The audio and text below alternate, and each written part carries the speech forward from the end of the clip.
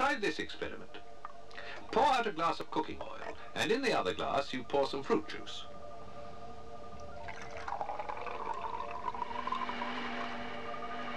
All you need now are those special floats you made, the bits of drinking straw weighted down at one end with a lump of plasticine.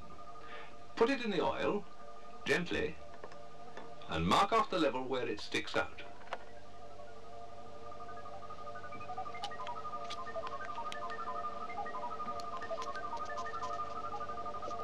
Now do the same in the fruit juice.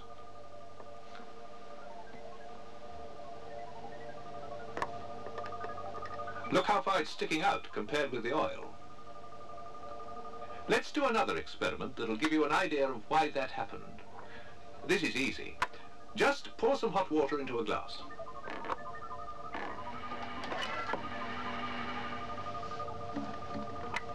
Not too hot, you don't want to crack it.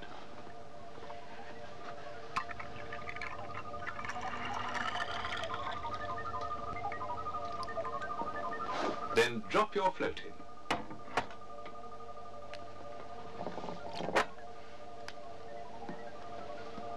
Good. Pretty high. Mark the level it floated at.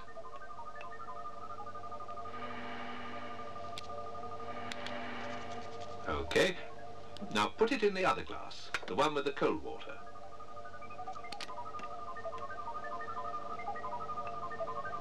Mark it carefully.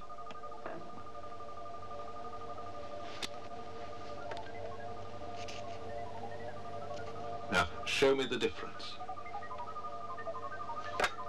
What we've found out is a way of measuring the density of fluids. The denser they are, the less the float sinks into the liquid. Now let's do some more. Right, this one has taken a bit of preparation. Start off by pouring the inky water mixture into the glass. It's another way to experiment with the density of fluids.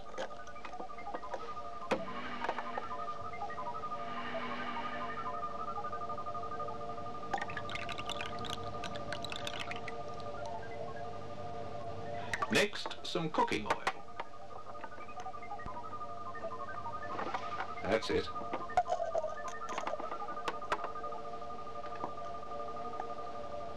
Gently down the sides so it doesn't splash onto the blue, because you don't want to disturb it.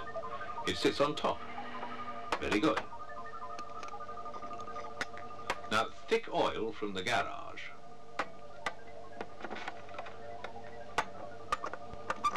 Not too much of that.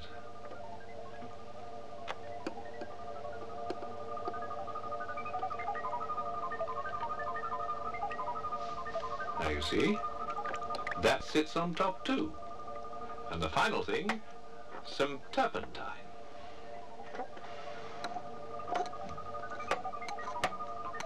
Gently down the side of the glass again. You see, all the liquids are of different densities, and that's why they float on each other. The densest, that is the heaviest, is at the bottom, and they get lighter as they go up the glass. This is what a tank of water looks like when one half of it is filled with cold water and the other half is filled with hot. Pull out the partition and look what happens.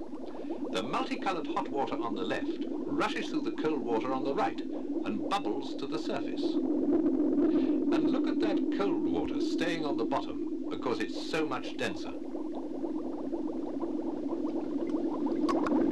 Whoosh! Now it's all mixing up.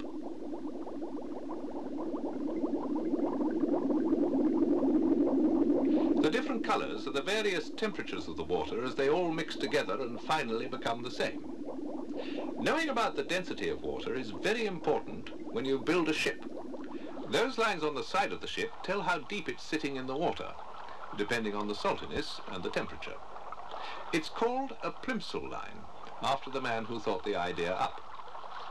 When you're loading a cargo ship, it's important to know how deep you are in the water so you don't put too much in the hold.